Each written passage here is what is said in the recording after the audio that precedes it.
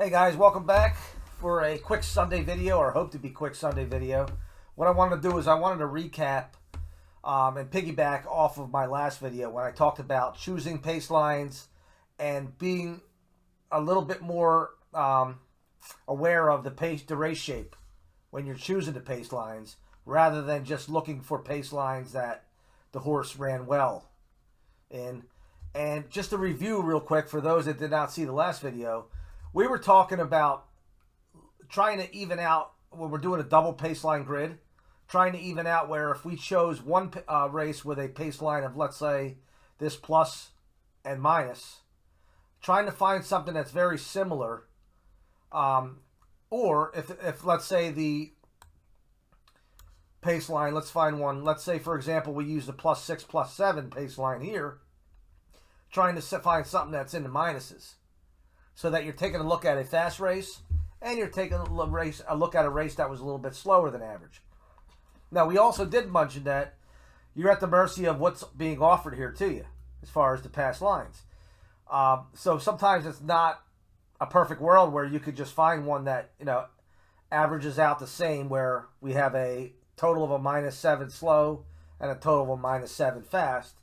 So what I decided to do in looking this weekend at Monmouth and Saratoga yesterday and Saratoga today, I decided to counter that issue there was to avoid any pace line that was extremely high number, whether it be high low or high high. What I mean by that is, if when I'm looking at these races here, I'm not going to use this +8, +7.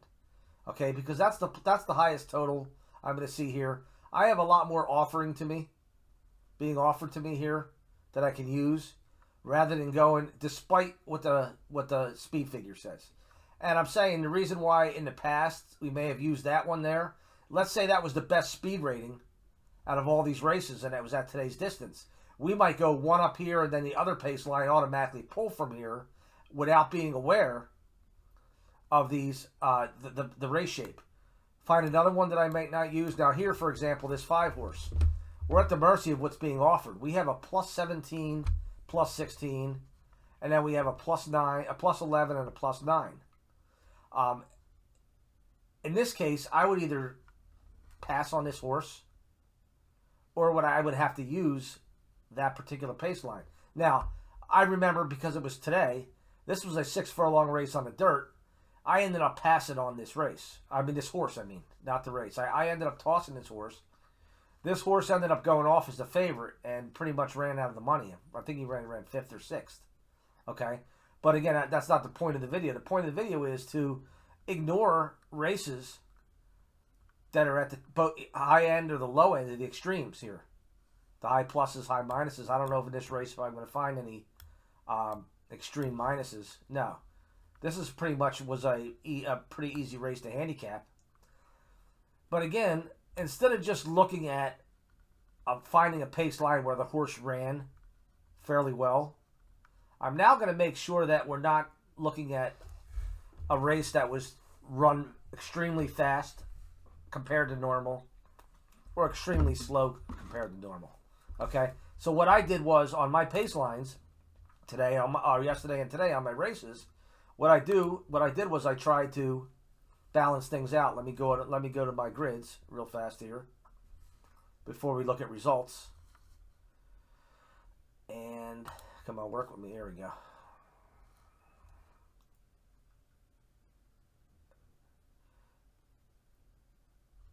Anytime you see something extremely high, such as this, or extremely low, such as this -9, -4, it's because I didn't have anything else to work with, okay? But what I tried to do here, let me make this a little bit larger. We'll zoom in a bit. What I tried to do is I tried to deal with numbers as close to 0 as possible. Okay, so there's 9 horse. We had a -3 and a 1, okay? Total them together, you're looking at a -2. And then I was at the mercy of, the best I could do was a +6. There. Okay, here we had a 0, 0, a 2, and a 4. I had other options, probably better races with better speed figures, maybe a better finish that I could use, but it didn't suit this whole scenario that we're looking at right now. as far as trying to balance things out the best we can.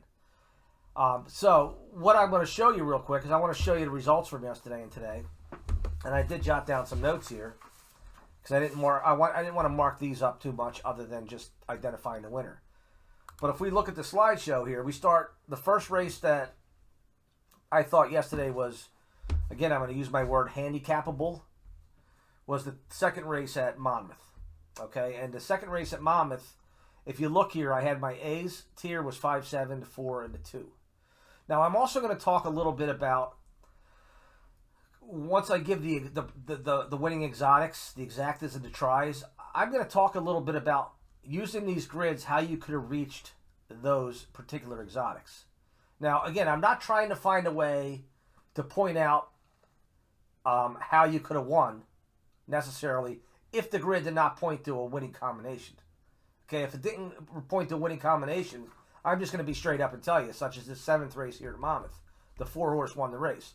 So I'm not going to dive over to here and say, well, if you would have used the 4 because of the third best early late. And I'm just talking about based on once we come up with our A, B's, and C's, if there was something that was reachable, I'm going to discuss a little bit how it was reachable, what you could have played, how you could have done it. Because as a bettor, people are different, okay? Like, some people will take a key or a wheel, it's 5-7 over 2-4-5-7, and play it both ways.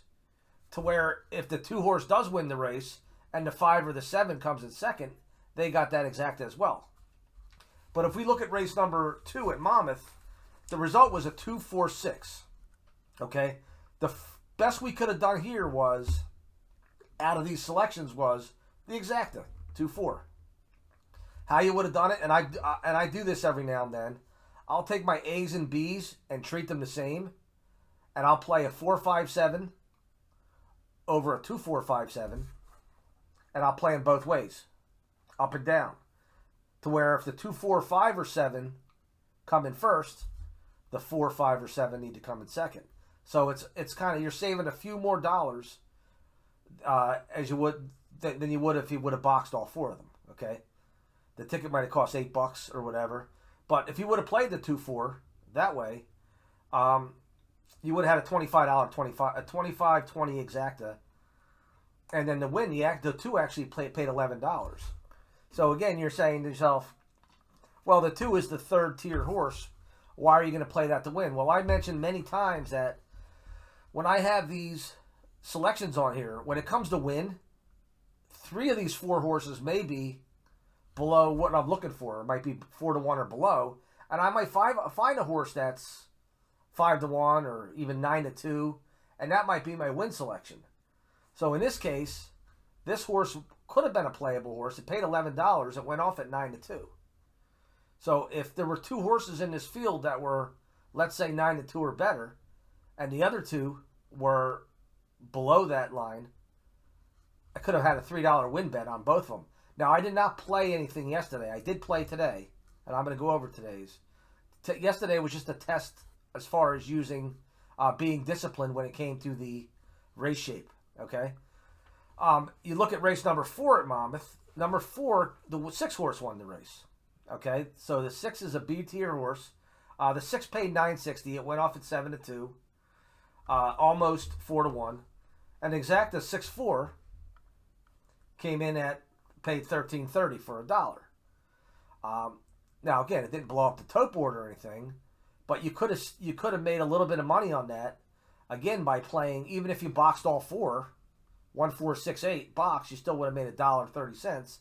But I wouldn't box 4 horses for an exacta, and that's just me. But I may play a 1-8 over a 1, 4, 6, 8 where that wouldn't have won, or I might even play again B's over ABs over ABCs front and back. So a 1, 6, 8 over a 1, 4, 6, 8 both ways, and you come up with that exacta. Okay, the try, we wouldn't have got to the try because the 2-horse finished 3rd. And again, I'm not going to talk about over here, well, we could have used the 2 because of this or that. I'm just basing it on what I have here as my plays. Now, race number 5 at Monmouth came in 4-5-9. So as you can look at this, The 4-horse won the race. The 4-horse paid $10.80 to win. Okay, so he did meet my requirement for a win bet. The 4-5 could have been, obviously, again, using the reverse, the wheel and the reverse wheel. We could have had that exacta, which paid $24.60, and the 4-5-9 try paid $115.80. Okay, and that was for, I think, for $1, because these were. I looked at these results yesterday, and when you look at past results, I think they show them as $1. So for 50 cents, you would have got half of that. You would have got almost $60 for half of that for the try. And then, as I said, the 7th race, we wouldn't have got to that at all. The 8th race at Monmouth yesterday was the last race that I found playable or handicapable. And the 1 horse did win the race. It came in 158. Okay? So, again, when you look at those 4 horses, if they're your 4 horses, both the exacta and the try are reachable here, depending on how you play them. And being it's a 1-5, if you would have just played the 2-5 over the 1-8 and reversed that too, boxed it, where you had the 1-8 over the 2-5, you would have got the exacta. The exacta only paid $14.10, and the winner paid $8.60, so it went off at 3-1. And then we had the try that paid $45 for $1, which you would have got the $27.50 for 50 cents. Now, if we look at Saratoga yesterday, the Saratoga plays, the grids were pretty much spot on at Saratoga. In the 3rd race, we had the 2 originally as one of the top choices, the 2 and the 6. The 2 scratched out of the race. I did not change the rankings over here color-wise, but the 3-horse does fit in now. I'm sorry, the 1A does fit in more columns here when I take out this 2. And the 1A was my B tier choice. So if I knew this 2 was scratched, it would probably have been a 1A on top. Okay? And it did come out 1A 3-4. Okay, we wouldn't have reached the any of the exotics there. But the 1A horse ended up paying I think it was $3.50 to win, which wouldn't have been a playable race, or at least it wouldn't have been a playable win bet. So if we were playing exotics in that race, chances are we would have lost that race. But I do want to identify the winner up here. B tier, most likely A tier, with the scratch being taken out. Okay, race 4 came in 5-4-8. So the grid did have the winner, and it was a 350 winner, so it was chalk. But the 5-4 exacta paid $6.10, and the 5-4-8 trifecta ended up paying, I think it was $76 for $1. So we're looking at $38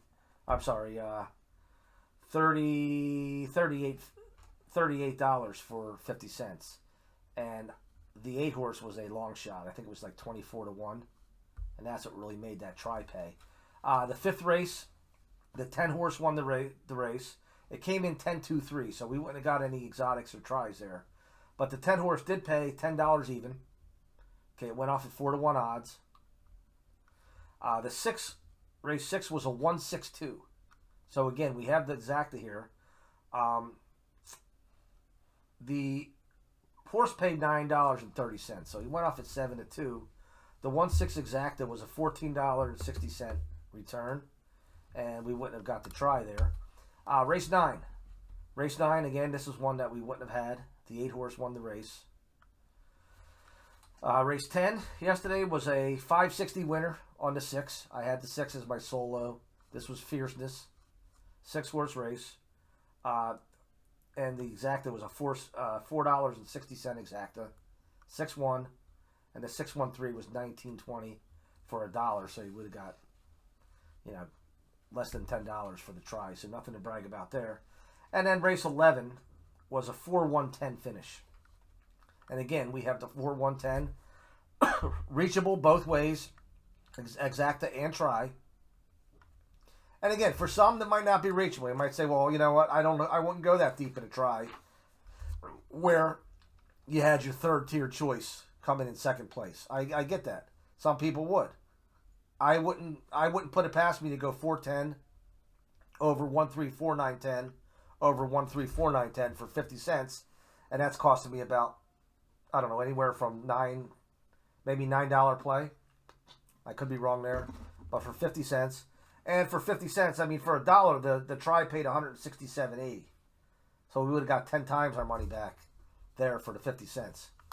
For today, Saratoga second. I had the 3 horse as my, with the scratch of the 4, he would have bumped him up to second, and it came in 3-6-7. So the 3 horse paid $16.20 to win. Okay, so that was a 7-1 winner. Would have been moved into the B category. Maybe I would have threw another horse in there, the 7 horse, to replace in the C category, or maybe when it went 2-6 over 3-7, A and B. But at the same time, we had a $16.20 winner and then a $61 exacta on the 3-6 for $1. The third race, the 6 horse won the race. Came in 6-1-7. So the try wasn't reachable based on the A, B's, and C's. And again, I'm not going to talk about the grid.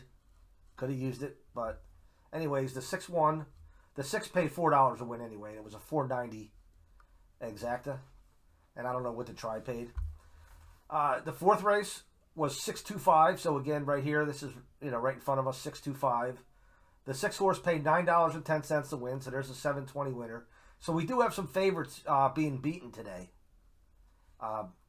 from the grid.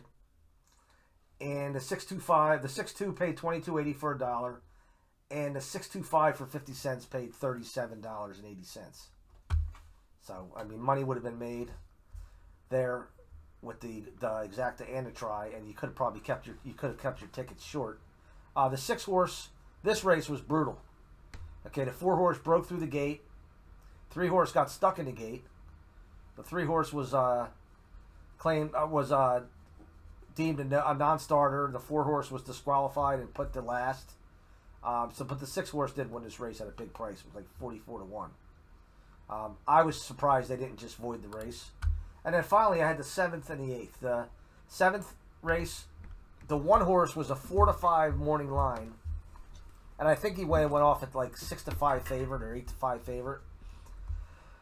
And when I was handicapping this race, when I saw the grid, I'm like, you know what? I got to find something that's going to beat this particular horse. And I did. I mean, I had to go deep in the A category, 4, 7, 8. But the 4 horse did win the race. It's despite as deep as I went. I didn't have the exacta there. The 4 paid $8, so the 4 was second choice. Went off at 3-1. Came in 4-3-2. And then finally, to end the card, I was happy about. It came in 8-4-10.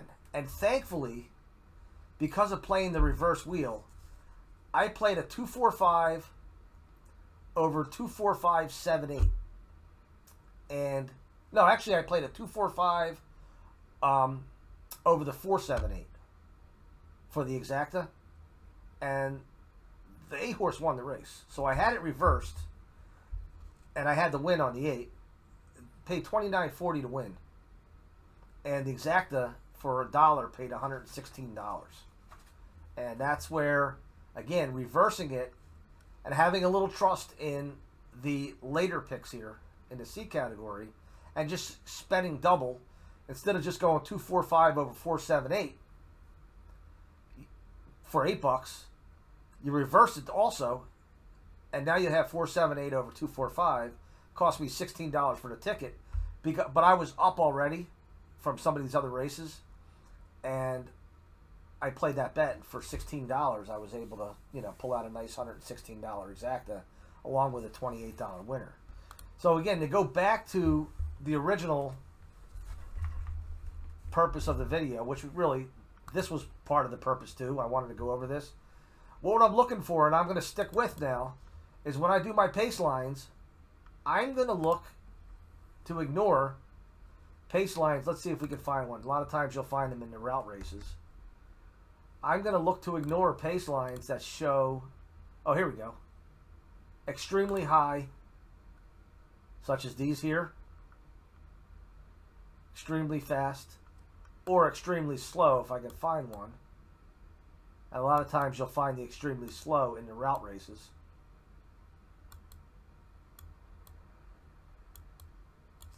Let me pull up a route and see if I can find one. It's mile and 3/8 to 9th, which I didn't play today.